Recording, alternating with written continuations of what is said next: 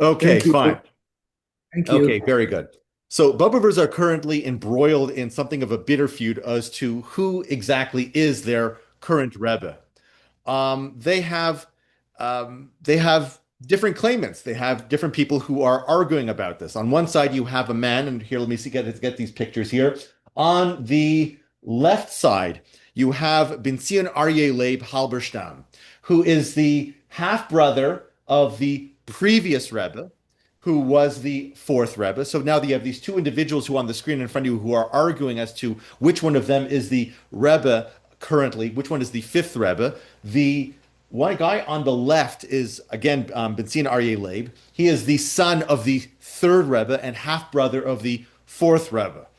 And the guy on the right is the son in law of the fourth Rebbe, and his name is Mordechai David Unger. Both men lead courts or have rabbinic offices that are just blocks away from each other in Borough Park. And each man and their Hasidim are able to point to a long line of succession that would seem to indicate that they are the rightful leader of the group of the Hasidim. Each one is claiming that they are the legitimate leader of the group, and each one has their own claim to this office. Now, what exactly is the debate really about? It's not so much about just who gets to call themselves the Bobov Rebbe. This is a very large institution. As of the 1990s or so, there were probably, with exaggeration, about 120,000 Bobover Hasidim. So this is not just a simple small group of people. This is actually a pretty sizable and significant chunk of the Orthodox Jewish world. And not only that, they're not just simply arguing about which one of them is the Rebbe. They also stand at the head of an organization that has real estate, that has yeshivos, and has girls' schools, and has all sorts of institutions. There's a lot of money at stake here as well. So it's not just a spiritual legacy.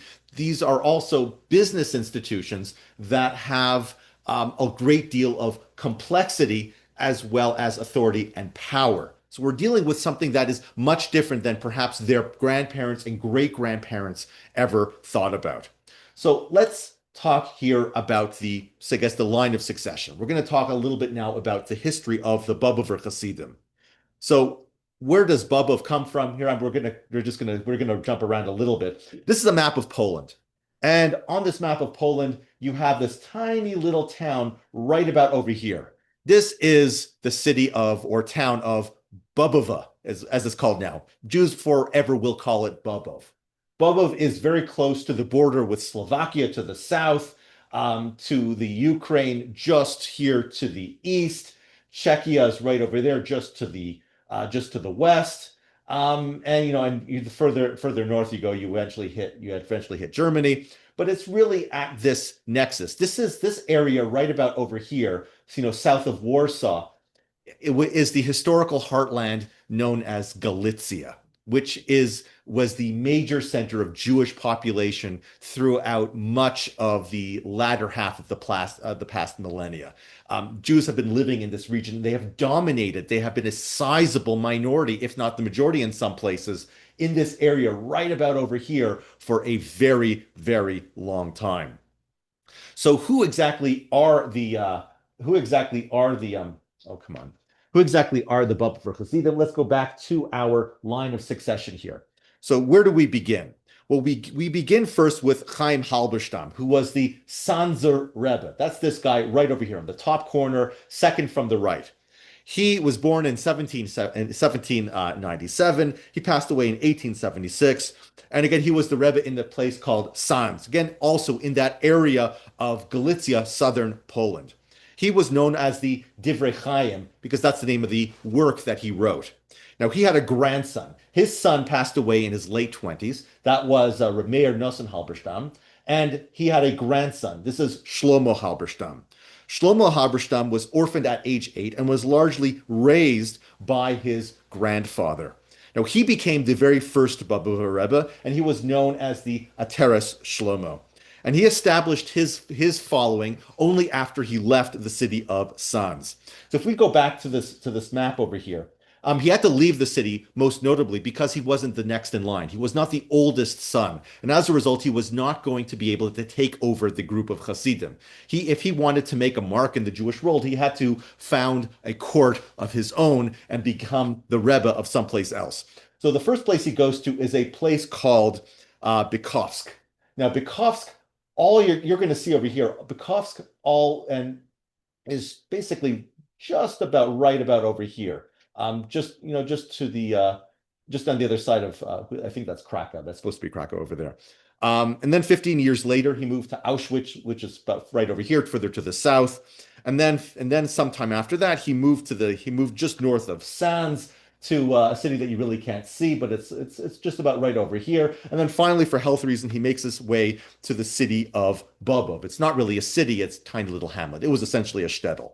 But before he arrived in Bobov, he already established a yeshiva. So in 1881, he establishes a yeshiva, and that really becomes the way, the stepping stone through which he was able to amass a significant following. When you have an incredibly intimate connection with a bunch of students, with a bunch of young men, and you are influencing them, you're modeling their development, you're an integral cog in their life, you amass a certain amount of prestige and respect, admiration by the students. And that's ultimately who became his Hasidim. When he mostly spent most of his time, and I'm just walking over to the map here for those who are not present. He spent most of his time, most of his life within this region over here, various cities that are sort of within this locale over here. So he didn't really go all that far.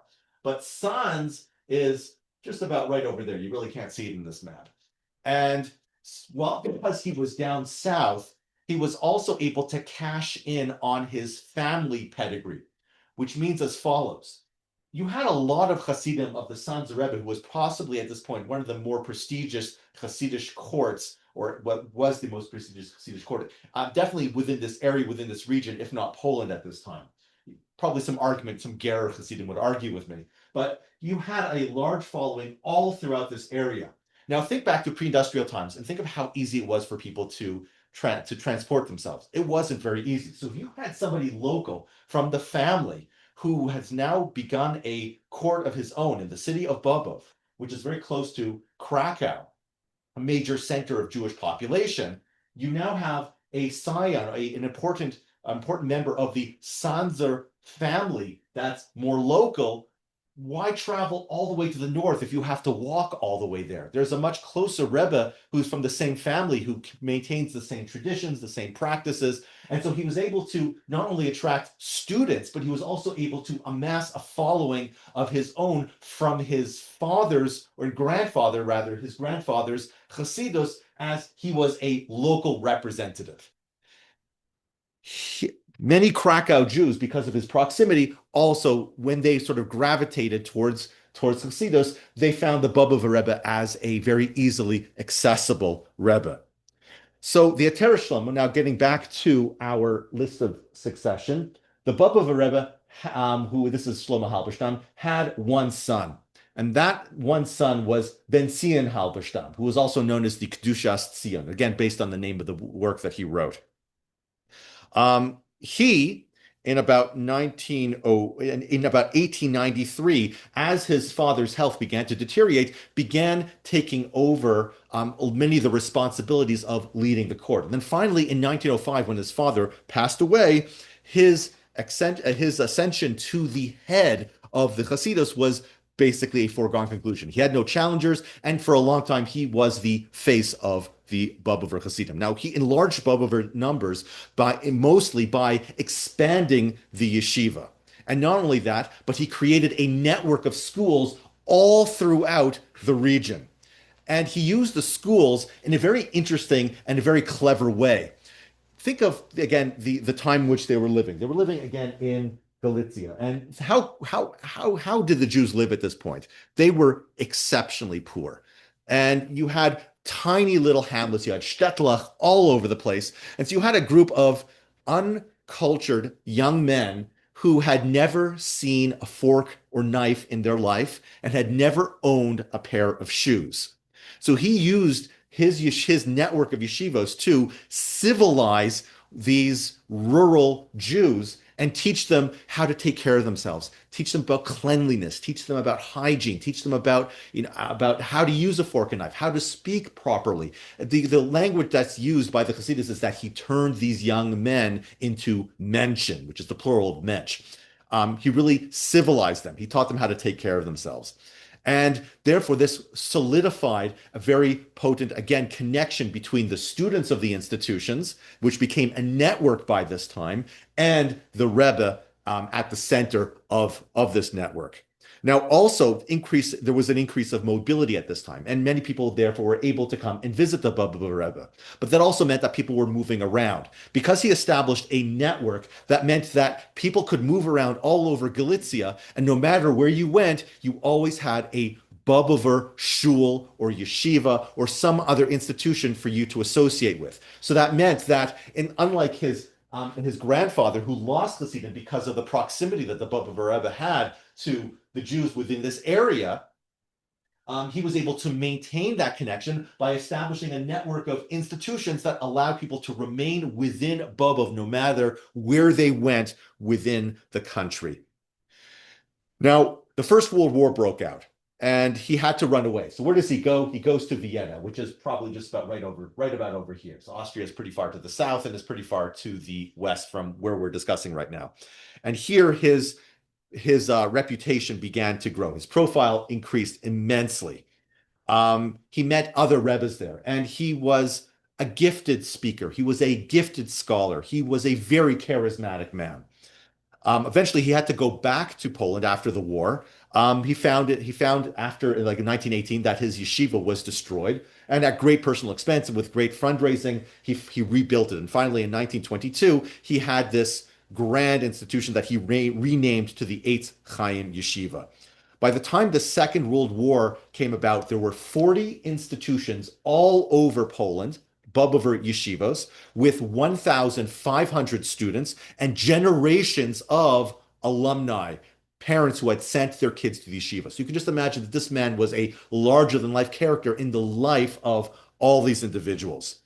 And people were attracted to him not only because of his organizational abilities, but also because of his musical talents. He had an incredible voice, and he was a skilled composer of a Yiddish nigunim. And there are even stories that are told that he would lead davening, and the show would fill with people. It would be so full that people couldn't. There wasn't even standing room. So he would daven by a window, and people would gather outside of the shul so that they could hear from the open window him leading services, so they could hear his nigunim. And people were inspired. And individuals who had largely abandoned traditional Judaism, university students, atheists, they found themselves drawn to this personality because of many of these skills, because of his charisma, because of his music. He also translated his fame into political leadership. He founded an organization called Agudas Harabanim, which essentially means the Aguda is the union of rabbis, essentially, of Western Galicia, and most of the members were his former students. And under his leadership, Bobover Hasidim also developed a reputation for a bit of zealotry. They were known to oppose modernism, Zionism, acculturation, and the Jews who supported them. With the rise of the Nazis, he and his Hasidim found themselves pursued, persecuted, and targeted for destruction. And what happens next as the Germans march in becomes a very potent story and really sets the stage for the crisis that Bobov is facing currently. So in 1939, like most Polish Jewry, the Bobovers realized, perhaps too late, that what was going on next door in Germany would perhaps would affect them and would affect them profoundly. So in some capacity, his Hasidim heard that there was an invasion going to take place. And 2 or 3 days before the actual September 1st invasion of Poland takes place, the Hasidim managed to convince the Rebbe to flee. And so he starts making his way toward the Soviet Union. The belief was that only men only men's lives were in danger, women were safe. Obviously, that was a mistake. And so he and his sons-in-law took an arduous journey. He was 65 years old by this time. He was not in the best of health, but he carried himself with a certain regal quality. He always dressed immaculately. He always wore a bekisher, which is a long robe, silk-like robe. He always wore a shtreimel, and he would go through all these tiny little towns. Now, obviously, he didn't travel, at least as we can see on the map, not all that far. He only really made it as far as Lvov or Lviv, no matter depending on who you ask. How would you say it, Eugene? Lvov? Yeah, yeah. Yeah. Okay. But he stopped in every single little town to greet the Hasidim, and the Hasidim really, really felt empowered. They felt fortified. They were impressed by his regal bearing. They were watching the 65-year-old man in poor health, sort of bearing the challenge, the travails, and the pitfalls of a life on the road, and they were very inspired. And so to this very day, the Bobovers talk about this trip that he made, and no matter where he went, as he was going, Bobover Hasidim would come out and they would glom to him. They felt strengthened. They felt that, oh, if our Rebbe is okay, we'll be okay as well. With bombs exploding all around them and obstacles everywhere, the escape, however, was sapping Ben Sion's physical strength. Again, they were hoping that they would make their way finally to the Soviet Union. I think the Ukraine was not part of the Soviet Union at this time. Am I correct? It was part of the Soviet Union? Well, the western part would have been Polish, and then the Ribbentrop-Molotov Pact came and it became Soviet. Okay. Got it. The he In any event, he's making his way, and he runs into the Kashivka Rebbe, who was another one of these Rebbes who were floating around southern Poland at the time. And he said to him the following. I'm just going to quote what he said. The Soviets are evil, and there's definitely future danger to be under their power. But nevertheless, they don't murder Jews immediately upon contact, as the Germans do. And in the interim, perhaps Hashem will help us. They finally make their way to the Soviet Union. They do, in fact, get in. However, they encounter a problem, and that problem is that it was illegal to not have a job. If you were there, you had to work.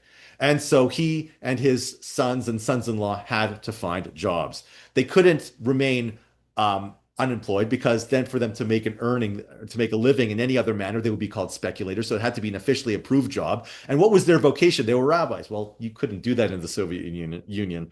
And so they realized that their situation there was rather precarious. They did all get jobs. They did all go to work for factories, and we'll talk a little bit more about that soon. But they also were making plans to escape. They thought that they could perhaps utilize Costa Rican passports and make their way to the United States, but that ultimately failed with the failure, as Eugene mentioned, of the Ribbentrop plan of the. I'm drawing a blank. It's Molotov-Ribbentrop plan, with the Nazi invasion during Operation Barbarossa. So this fell apart. They're in the city of Lvov or Lviv, depending on who you ask. And the Nazis now have taken control of the territory. What happens to the second Bobova Rebbe, Rebbe Zion Halberstam? Well, he was targeted by the Nazis. They knocked on his door in the middle of the night and gathered him, several of his sons and sons-in-law, and had them stand on a street corner. And they gathered to him several hundred Jews. Now, he went outside always with his regal bearing, wearing a kapota, wearing his long frock, wearing his shtreimel, and the Germans began beating him. Every time his shtreimel would be knocked off, he would bend down, put it on, and stand up straight, only for the process to repeat, and it did repeat several times. Finally, they received an order to walk, and they made their way to the Yanover forest, where ultimately he and one of his sons and three of his sons-in-law were killed alongside several hundred Jews. They were told to dig graves. They were shot, and their graves were filled in. So that means now, going back to our list of succession, that Ben Zion Halberstam has now passed away, and his son Shlomo Halberstam, named for his grandfather, and he's in the sort of this middle row here for those of you at home, has now become the Rebbe. Now, he is a very, very important figure because he would ultimately be the one to resurrect Bobov in the United States, in North America. However, he became the Rebbe without any kind of official coronation, as would have normally happened. And in those days, nobody knew if there would even be a future for Bobov. But in the interim, Shlomo was alive, but he was still suffering. So let's talk a little bit about him. He was born in 1907. He was the oldest son, was the heir apparent of this thriving dynasty. He was educated in the yeshiva of his father and um, was really mentored by him. In 1924, he was 18 years old and he marries his cousin, Bluma Rochel Teitelbaum, whose father was an Av Beis Din in the city of Limonov. And he went on to become the dean of the yeshiva. And so that meant that he had a powerful connection with the students. For them, he was how they would interface with Bobov. He became the face of Bobov. And not only that, but as his father aged, he would travel all throughout Poland. Let's go back to our map of Poland. He would go travel all throughout Poland to all of the various institutions representing his father. And again, to all the people in the surrounding areas, he also became the face of Bobov. So his succession was never in doubt. There was never any challenge. He was identified by everyone as the successor to their father. In 1936, in what was a continuing controversy in Poland, Poland actually outlawed shechita. Slaughter was no longer allowed. And under those circumstances, with an outlawed shechita, that meant that the Jews obviously couldn't have meat. So the reaction to this, the resistance to this, was led by the Bobover Hasidim. They led a boycott, a 16-day boycott, to show that the Polish authorities that Jews could learn to live without meat, and at the same time affect or have a detrimental effect on the government coffers by restricting government taxes that would have been otherwise collected. And again, this was him leading. This was under his leadership, even before he became the Baba Rebbe. He was definitely a leader within the Jewish community, and it was definitely a person of note, a person of significance. Well, despite all the significance, despite all of the influence that he had, at this point of our story, he's on the run and he's living under Soviet rule. Now, life under the Soviets was not pleasant, and the Bobovers understood that things were bad. Things were bad under the Nazis, and yeah, they were better under the Soviets, but things were not great. And again, Ben Zion had urged all of his sons and sons-in-law to find work, and many of them went off to work in factories. But Shlomo actually found an interesting job. He became a night watchman at a factory. Now, this was something of a godsend because it meant that he didn't have to desecrate the Shabbos, because in general, they did not have Saturdays off. So that meant if you had to go to work, you had to, not keep Shabbos. So this was a job that he could do, that he could perform, that did not require him to break the Shabbos. But this was not a simple position. As the Soviets came in and liberated private ownership of factories, the original owners would still break in at night to try and recoup some of their investment and take their stuff home. And that meant that the night watchman had to either be a snitch or an accomplice. Ultimately, he decided that he had to quit his job when it now became mandatory that he had to frisk and search the pockets of all employees of the factory as they left the building. And he just didn't want to have to do that. So he quit. He went to work in a rope factory. And finally ultimately that's what he did until the Soviet Nazi pact fell apart. Now, for a time, then again, this is all going on in the city of Lvov.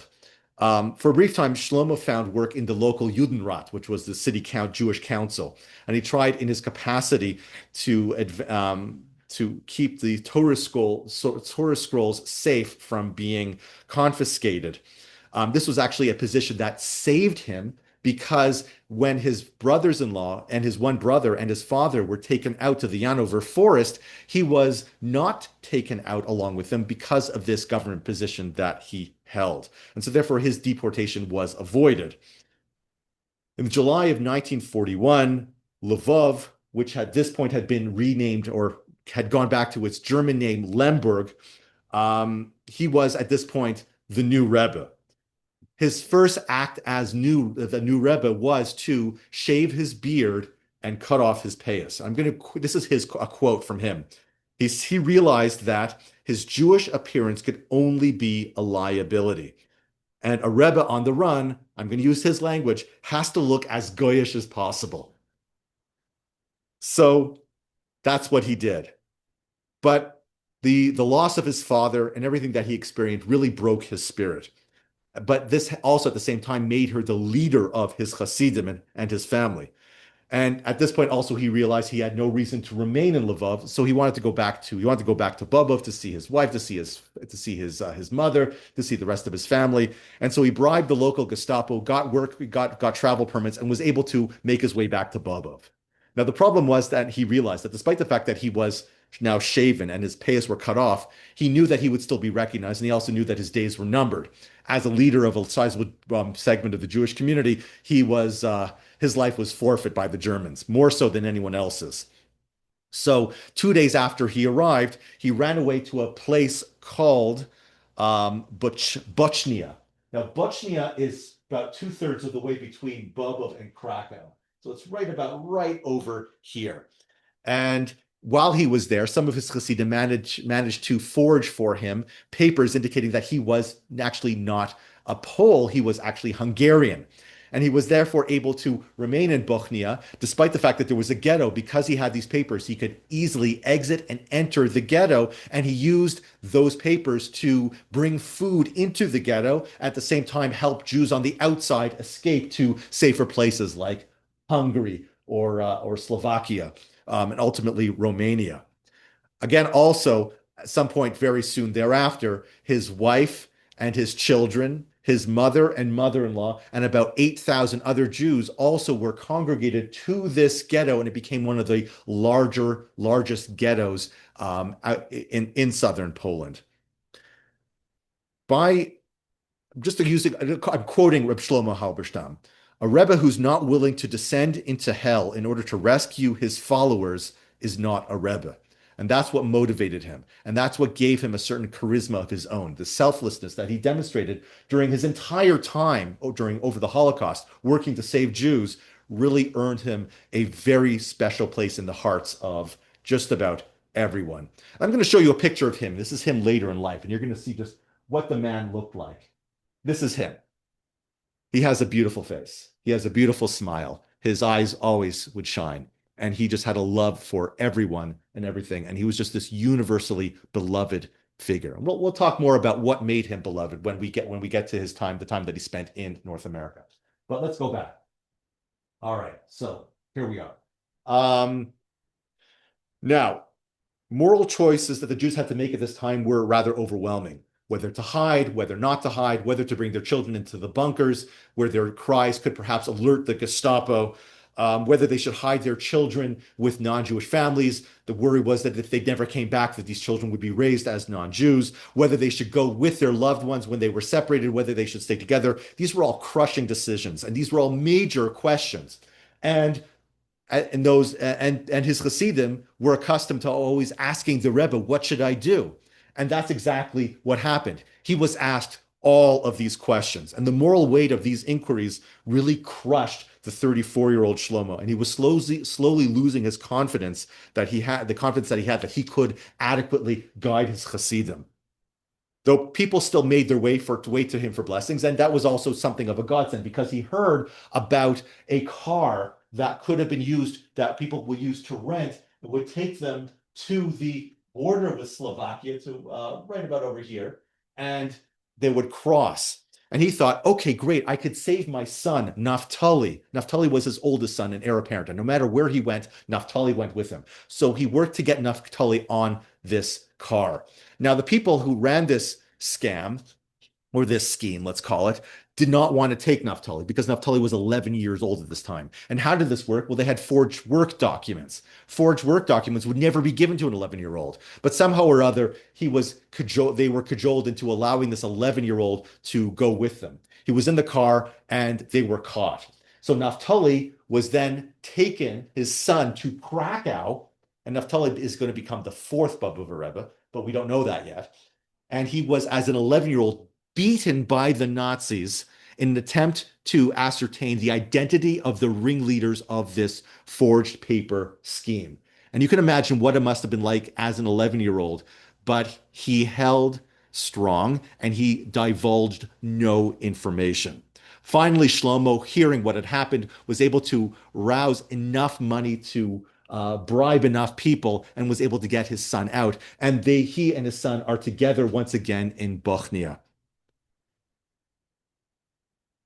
So what does he do then? He and his son, after a harrowing run with many, many bribes and a whole lot of work and some good luck, make their way to Preslav in Slovakia. So that's this cigarette arena. I know that you can't really see it locally here, but that's right over there. He finally makes his way. He's in Hungary. Now, Hungary was a better place than Poland was. Hungary, the Jews there were killed, as we discovered last week, rather late in the game. But he begins to try and warn the Hungarian Jews about what was going on. He spoke at a shul in. He made his way to Budapest, and he spoke in the largest shul, the Hever Shas, and would try to tell them about what was going on in Poland and how dangerous things were and how it's likely that this was going to come farther to the south. But he really couldn't convince the locals of the need for them to make plans to either escape or resist.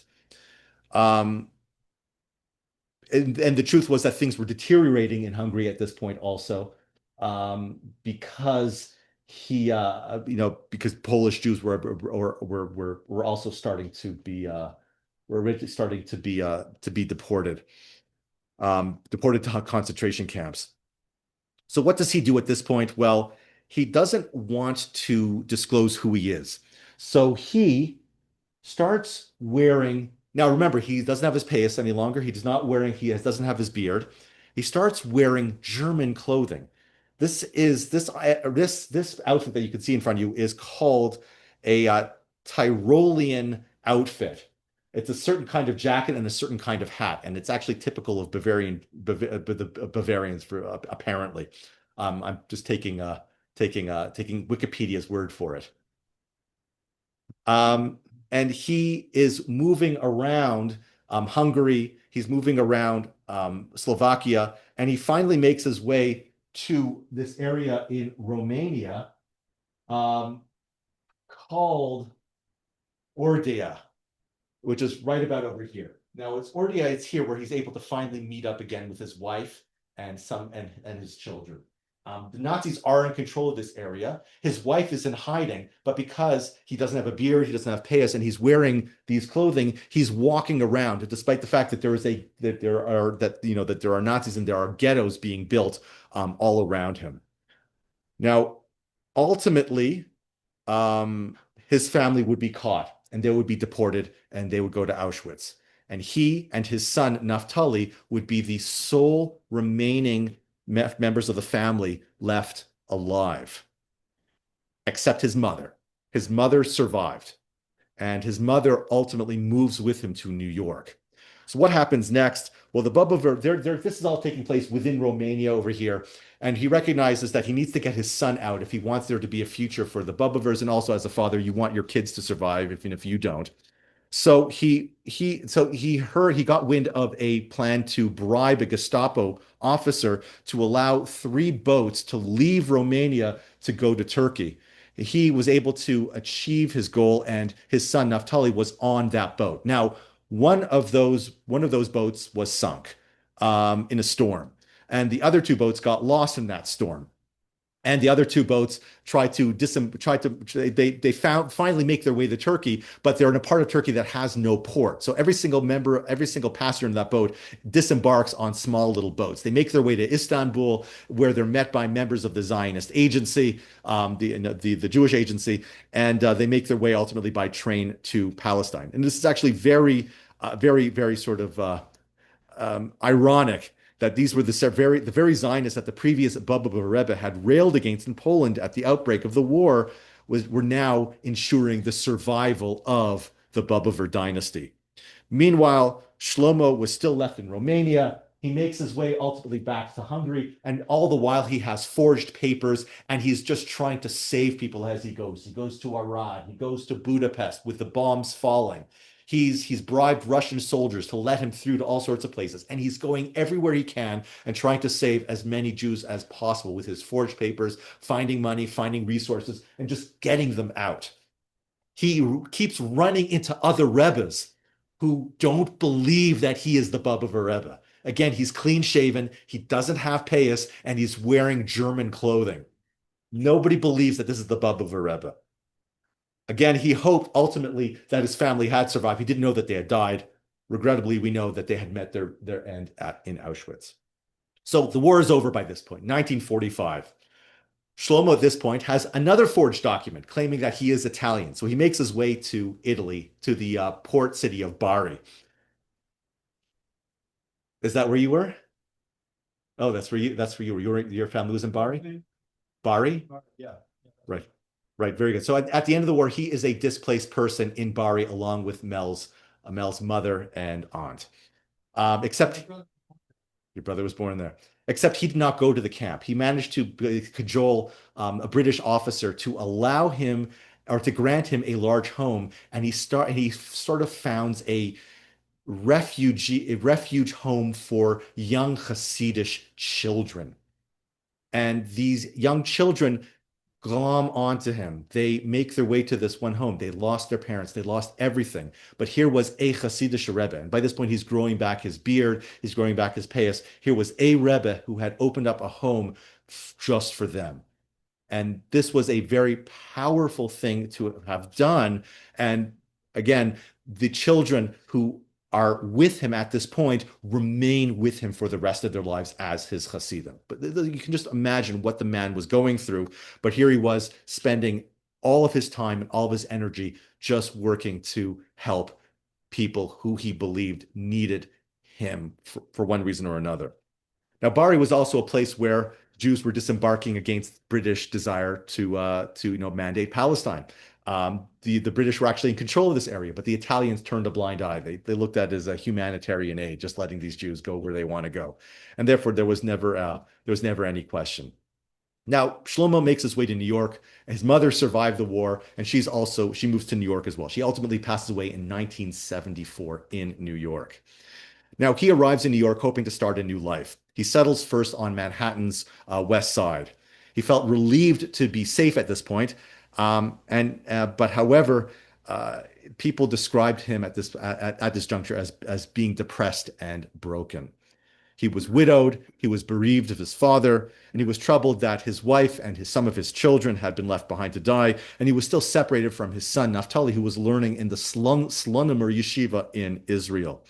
And for all of his activity during the war, Shlomo now faced the daunting task of rebuilding Bobov in the United States, a place that was viewed as being culturally and socially, very hostile to everything that Hasidus was. It's basically an anti-assimilationist movement that demanded, that you dress differently than the surrounding society. In 1950s United States, that was something of an anathema. He really did not at this point want to remain as the Rebbe. His spirit had been broken. And he noticed that people all around him were reinventing themselves. Could he reinvent himself as well? It wasn't an unreasonable thing to ask. Now, he ultimately realized that he couldn't, primarily because he didn't have the education, and also a major reason had to do with his Hasidim. His Hasidim had survived. Many of his Hasidim had survived. Remember, there was a very large movement in Galicia. And these people now needed him as something of a spiritual anchor. They needed him, and ultimately, I think he came to realize he needed them as well. His suffering resonated because they suffered alongside him. They suffered also. And not only that, but they also observed him acting throughout the entirety of the Holocaust with an almost selfless abandon to try and save and help as many people as he could. So to them, he became something of an icon. He became their, possibly the most important person in their life. He echoed and he resonated with everything that they had experienced. So what else could he possibly do? So many people are depending on him. So many people need him. He couldn't be anything other than the Bobov Rebbe.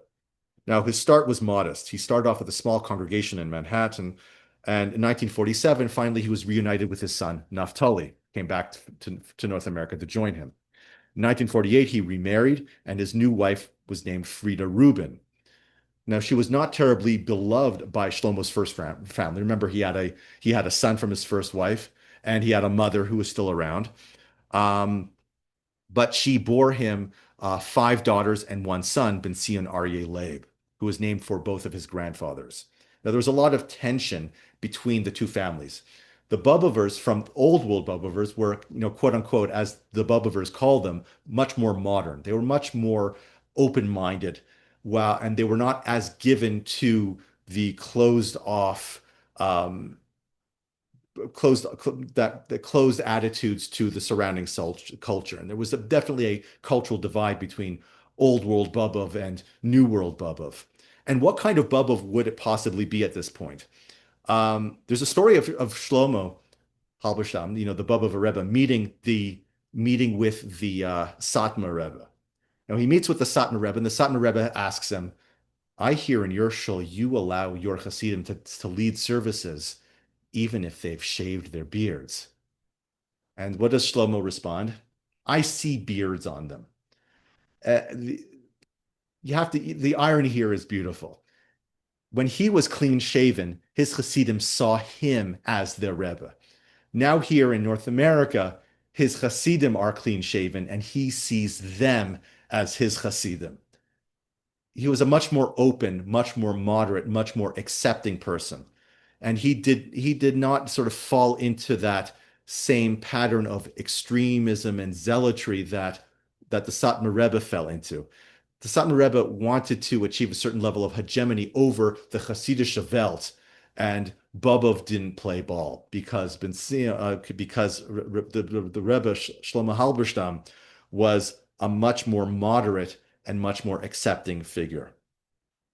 Ultimately, he realized that he had to move, and he made his way to Brooklyn. He goes first to Crown Heights, and then he goes ultimately to Borough Park.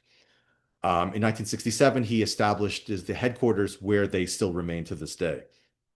As he built his institutions, he also built schools, much as his father and grandfather had did. And this was effective for him, just as it was for his father and his grandfather. His students became his Hasidim, and often that brought their families along with them. By 1963, Shlomo was a public figure in New York. Let me just get the picture here. He was a public figure in New York and was reported to have had to have 10,000 followers. And the New York Times described him as having a man who had a smile who could light up a room and whose eyes sparkled when he listened to his Hasidim sing and when he watched them dance. At the same time, also, he urged them to earn a livelihood, and many of them went into the Diamond District, and many of them made a ton of money doing so. By the late 80s, Shlomo is described by the New York Times as being revered above all other Borough Park sages. And in fact, in 1988, when Al Gore began his tour of Brooklyn, when he was launching his presidential bid, he started in Shlomo's home because Bobovers were known to be the dominant Hasidic group in the area. So let's go and talk about his son. His son was Naphtali. Naphtali, in October 1950, married and became his father's chief aide. And he was ultimately the person who allowed his father to not sully his hands with fundraising and paying staff. He did that all on his own. He became something of a fixer, an aide, and while his father could be the Rebbe, and he wasn't always successful. He was actually a pretty poor administrator, but everybody loved him because of all he had experienced. He had gone through many of the same experiences that his father had. So he inherited something of his father's charisma. So while the third Rebbe, who was described as looking regal and having gentle charisma, he died at age 92 in the year 2000. And Naphtali was then 69 years old and became the next Rebbe. And it was something inevitable. But however, the transition from being fixer to Rebbe was not simple. For one thing, the Hasidus really needed an infusion of new energy. And he was 69 years old and he was suffering from Parkinson's. He didn't have the robust strength that was necessary to sort of reinvigorate the Hasidus. Also, he was simple. He was a simple spoken man. He didn't have his father. He wasn't. He was very different from his father. He was the kind of person who would sit in the back of the shul sipping hot chocolate and schmooze with everyone. He wasn't interested in the increasingly powerful expressions of religious fervency. For example, he would walk down Borough Park and start talking to the wives of his Hasidim and other women at a time when that was no longer socially acceptable. So he was a different kind of figure than the Satmar Rebbe, most definitely, but he also was a very simple, very plain-spoken man, not all like his father. He didn't have that same regal quality. Again, he spent his early years working in the background, and as a result, now he took over the Hasidus as an old and sick man who really was not up to the challenge that was necessary. So when he was appointed as the next Rebbe, the let's go back to the family tree. So you have Shlomo here, who passes away in the year 2000. His son Naphtali becomes the next Rebbe, the fourth Rebbe. His half brother from his father's second marriage becomes his deputy. But what the Yiddish expression is the Jungerov, or the Rav Hatzair, which is the second in command. Now, Naphtali also had two sons-in-law. He only had daughters. He had a son-in-law whose name was Mordechai David Unger, who's a distant cousin, distantly related to the family. He was a descendant also of the Sanzer Rebbe, going back many generations. But he married his daughter, Naphtali's daughter. And there was a lot of jostling before Naphtali passed away for succession. You see, Naphtali had a wife, Hesi. Hesi recognized the fact that Bentzion Aryeh Leib, who was a son of the second family, was in competition with her son for ultimate control. The two families, the first family and the second family, were going to go to battle for succession. And she knew that as soon as Naphtali died, that the second family was likely to attempt to take over the movement. And so she did everything she could to ensure that her husband was respected as the Bobov Rebbe, and that her sons-in-law, again, because she didn't have any sons of her own, they only had daughters, she tried to set them up for succession. Now, it's actually rather quite ironic, because Hesi was strong-willed and a dominating woman and much more ambitious than her children and her husband. But she recognized what was going to happen, and she also realized that whichever family took control, that left the other family with nothing. So Naphtali passes away. He passes away in 2005, just before Purim. Now the Hasidim are looking forward to a new generation. It's either going to be his half-brother or it's going to be his son-in-law. They knew that the next generation is going to take over. And again, by this time, there are 120 Bobover Hasidim. So this is a very large movement. 120,000, yes, exactly, excuse me. Again, but there are two opinions as to who the next Rebbe was going to be. One was to be either Bentzion Aryeh Leib, which, according to some people, was the will of Shlomo, the third Bobover Rebbe. Or alternatively, it would be Naphtali's son-in-law, which would have been his choice. The question is, which of the two Rebbes had the decision whose decision was it? Was it the third Rebbe's or the fourth Rebbe's to determine who the next Rebbe was going to be?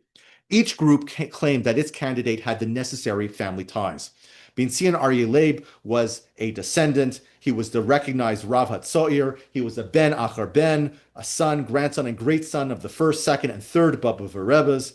And his father had even said at some point, my intent is that Bentzion Aryeh Leib will become the Rebbe after Naphtali. Now, Naphtali's family and his son-in-law, Mordechai David Unger, were said that that's hearsay. We have no proof at the fact that Shlomo ever actually said that. The only thing we have to go on is what the previous Rebbe said, which is the son, Naphtali. It's his determination to make who the Rebbe was going to be. So they jockeyed for control. And again, each of the families understood that whichever one won, that is to whom the spoils would go. So immediately following the death of Naphtali, the usual unanimous transition of power was impossible, doomed to this looming, battle of succession. Excuse me. Right. Right. So the Bobov Dayan, a man by the name of Reb Chaim Tauber, moves swiftly to preempt any challenge.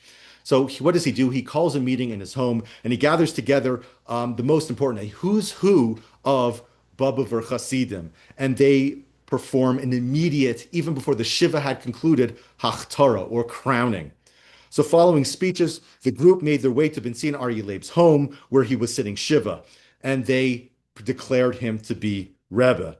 And they also made a call for unity. But that was rather paradoxical because several blocks away in Naphtali's home, a very similar gathering was taking place and proclaiming David Mordechai Junger as the next Rebbe. Now, most of the young men in Bobov were among Mordechai David's most enthusiastic followers. He was very involved in education. And again, it's that Bobover thing that if whoever is educating the next generation often has a lot of clout with that group.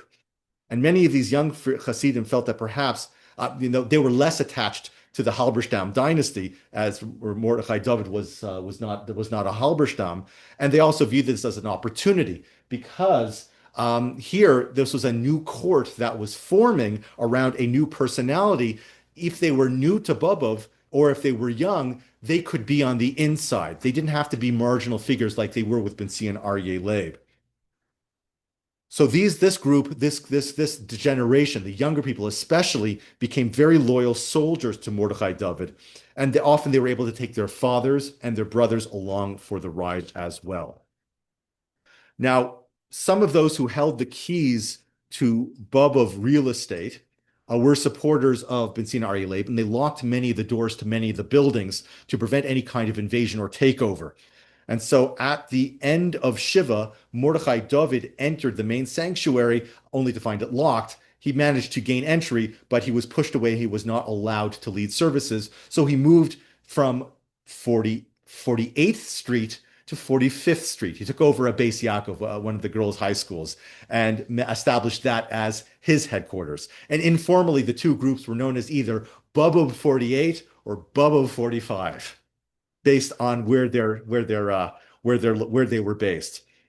Now, the two claimants began shore up their funding, as well as seeking public recognition of their positions as the Bobov Rebbe, and thereby sort of, draw a fence around their legitimacy. So they began, media campaigns with pictures taken with previous Rebbes being published profusely, as well as pictures of them being acknowledged as the Bobov Rebbe by other Hasidic Rebbes.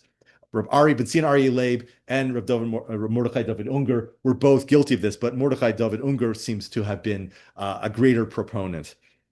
Right. Ultimately, the split went to court. The Bobover community realized that the challenge was not going away. The break was formalized, and Mordechai David's followers began filing papers in court. And it went to the Supreme Court of Brooklyn, where it was adjudicated by Justice Herbert Kramer. He recognized this as a religious schism and persuaded both sides to take their dispute to arbitration before a Beis Din. So in May 2005, 2 months after the death of Naphtali, both sides initiated a Din Torah. For 8 years, the Beis Din struggled with the question of who legitimately headed the Bobover Hasidic community, who owned the assets, who could rightfully claim the title of Bobover Rebbe. This was a question that they actually asked. The essential question is whether or not the concept of inheritance or the halachos of inheritance could be invoked with regards to a Hasidic dynasty, or whether the Hasidim had the right to freely choose who they wished to lead them.